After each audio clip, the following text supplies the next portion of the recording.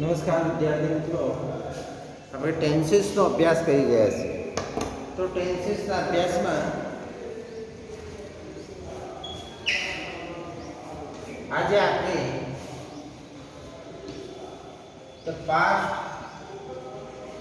Perfect continuous tense past perfect continuous ટેન્સનો આપણે અભ્યાસ કરીશું. Suppose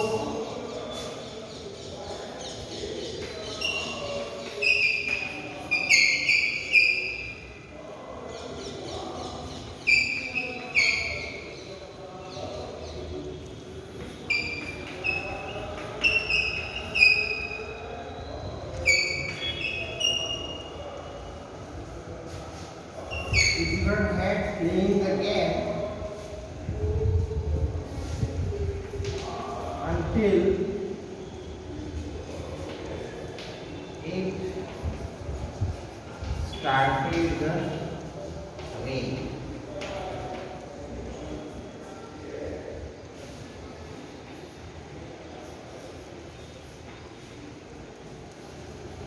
Raj had been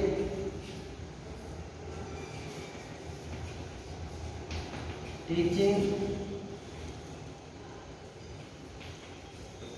since 2010 before he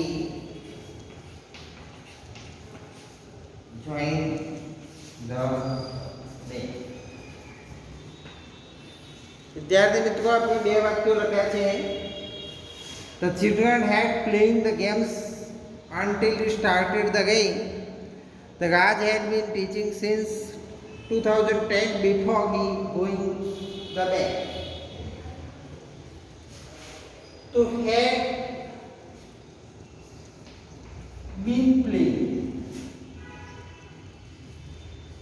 Had been playing. The children had been playing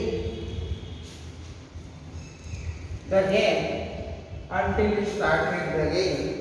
Raj had been teaching since 2010 before he joined the bank. હવે તમને પ્રશ્ન થાય કે the past perfect continuous tense એટલે શું? તો પાસ્ટ એટલે ભૂતકાળ, પરફેક્ટ એટલે પૂર્ણ, કન્ટિન્યુઅસ એટલે ચાલુ. ચાલુ પૂર્ણ ભૂતકાળ. તો ચાલુ પૂર્ણ ભૂતકાળ કઈ રીતે બતાવવાનો થાય? તો જે તે સમયે જે તે સંદર્ભે ભૂતકાળમાં એક ક્રિયા અમુક સમયે ભૂતકાળમાં ચાલુ થઈ હશે અને અમુક સમયે ભૂતકાળમાં ચાલુ હશે. ચાલુ થઈ હશે અને ભૂતકાળમાં જે તે સમયે ચાલુ હશે તેવું બતાવવા માટે ચાલુ પૂર્ણ ભૂતકાળનો ઉપયોગ થાય છે. તમે જોઈ શકો છો, children had been playing the game until it started the game. તો had been playing અને had been teaching. તો આપણે જોઈ શકીએ છીએ હેડ છે શું બતાવે છે? ભૂતકાળ. બીન છે શું બતાવે છે? પૂર્ણકાળ.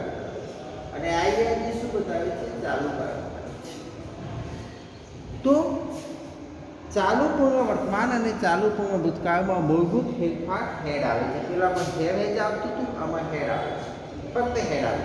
પેલામાં કોઈ પણ કરતા દાખલા આઈ બી you Dev head, B C હોય તો હેઝ, અને આની અંદર કોઈ પણ કરતા હોય, આઈ હોય તો પણ હેડ, વી હી હોય તો પણ હેડ, સી હોય તો પણ હેડ, બી હોય તો પણ હેડ, તે હોય તો પણ હેડ અને યુ હોય તો પણ હેડ. એટલે કે સામાન્ય રીતે હેડ ક્રિયાપદ, ટુ હેવના હેડ ક્રિયાપદ. હેડ જ્યારે આપતું હોય ત્યારે સમજી લેવાનું કે ભૂતકાળ હોય. હેડ સામાન્ય રીતે ભૂતકાળની અંદર પ્રયોગ થાય છે. તો we can know about had been playing. Raj had been teaching since 2010 before he joined the bank. A joined the 2010ના સમયે એ એટલે 2010 સુધી એ ટીચિંગ કરતો હતો. had been teaching અને એના before he joined the bank. બરાબર? before he joined the bank. બેંકમાં join થતા પહેલાં. તો સામાન્ય રીતે આપણે જોઈ શકીએ છીએ બે ટેન્સ વપરાયેલા છે. તો એક ટેન્સ જે પહેલું વાક્યમાં આપેલું છે એ સામાન્ય રીતે ચાલુ પૂર્ણ ભૂતકાળ છે અને બીજું વાક્ય આપેલું છે એ સામાન્ય રીતે સાદો ભૂતકાળ છે. પહેલું વાક્ય આપેલું છે એ આપણે જોઈ શકીએ છીએ. પહેલું વાક્ય એ ચાલુ પૂર્ણ ભૂતકાળ છે અને બીજું વાક્ય છે એ સાદો ભૂતકાળ છે. સિન્સ અને ફોર્મનો જે રીતે પ્રયોગ થતો હોય એ રીતે યથાવત પ્રયોગ થશે. આપણે અગાઉ સિન્સ અને ફોર વિશે શીખ્યા હતા. સિન્સ એટલે પોઈન્ટ ઓફ ટાઈમ, ફોર એટલે પીરિયડ ઓફ ટાઈમ. ચોક્કસ સમય હોય, ચોક્કસ બાબત હોય, ચોક્કસ ટાઈમિંગ હોય તો સિન્સ અને ફોર એ અચોક્કસ સમય માટે પ્રયોગ થાય છે. તો વિદ્યાર્થી મિત્રો આપણે જોયું કે બે વાક્યો ફરીથી જોઈ લઈએ. The children had been playing the game till it started the game and Raj had been teaching since 2010 before he joined the bank. ખ્યાલ ના આવે તો હજી થોડા વિશેષ વાક્યનો આપણે અભ્યાસ કરી શકીએ છીએ.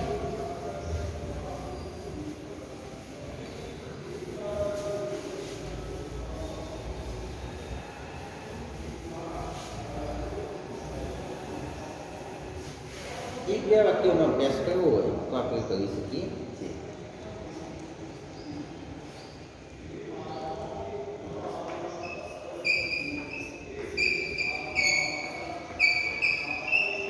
They had studied at library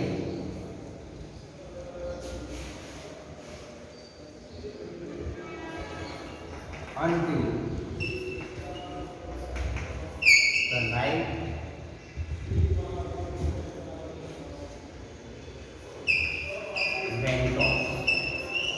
off.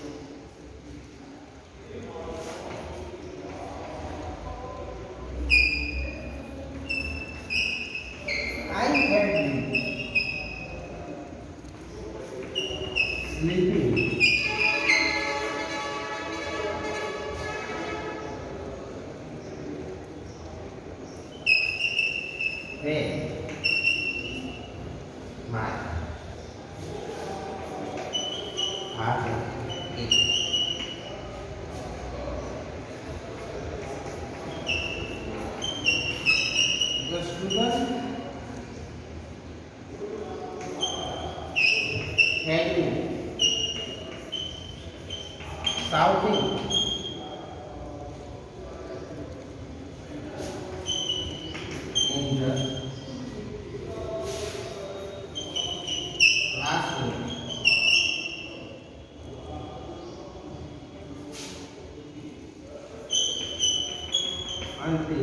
been shouting in the classroom until the teacher came. તો નીચેના વાક્યનો ફરીથી જોઈ લઈએ. They had been studying at the libraries until the light went off. I had been sleeping when my father came. The student had been shouting in the classroom until the teacher came. They had been studying at the library until the lights went off. તો આપણે જોઈ શકીએ છીએ had been studying. Had been studying. Had એ શું બતાવે છે? ભૂતકાળ બતાવે છે. હંમેશા had ભૂતકાળમાં વપરાય છે. been પૂર્ણકાળ બતાવે છે અને સ્ટડીંગ શબ્દ જે છે એ સ્ટડીંગ શબ્દ છે ચાલુ કાળ બતાવે. તો ચાલુ પૂર્ણ ભૂતકાળ. until the light went off, જ્યાં સુધી લાઇટ ન ગઈ ત્યાં સુધી. એટલે આપણે જોઈ શકીએ છીએ કે પહેલું વાક્ય છે ચાલુ પૂર્ણ ભૂતકાળ અને બીજું વાક્ય આપે છે સાદો ભૂતકાળ. I had been sleeping when my father came. The student had been shouting in the classroom until the teacher came. તો આપણે જોઈ શકીએ છીએ જે ઘટના જે પ્રસંગ કે જે ક્રિયા ભૂતકાળમાં અમુક સમય ચાલુ થઈ હોય અને હાલ પણ ચાલુ હોય તેવા દર્શાવવાના સંદર્ભમાં સામાન્ય રીતે બે વાક્યો પણ આવી શકે છે. એક ભૂતકાળનો સાદો ભૂતકાળ હોઈ શકે, બીજું ચાલુ પૂર્ણ ભૂતકાળ હોઈ શકે. ખાસ યાદ રાખવાનું છે કે હેડ સામાન્ય રીતે આપતું હોય તે ભૂતકાળ જ હોય એટલે હેડ બી અને મૂળ ક્રિયા બધે આઈ. આપણે જોઈ શકીએ કે ચાલુ પૂર્ણકાળ હોય એમાં બિન જ આવે છે. અગાઉ પણ આપણે જોયું કે એમાં બિન ફિક્સ શબ્દ હતો, તો અહીં પણ આપણે જોઈ શકીએ છીએ કે બિન જગ્યા પછી એ ફિક્સ છે. એટલે ચાલુ પૂર્ણ વર્તમાન હોય તો પણ બિન, ચાલુ પૂર્ણ ભૂતકાળ હોય તો પણ બિન. Thank you.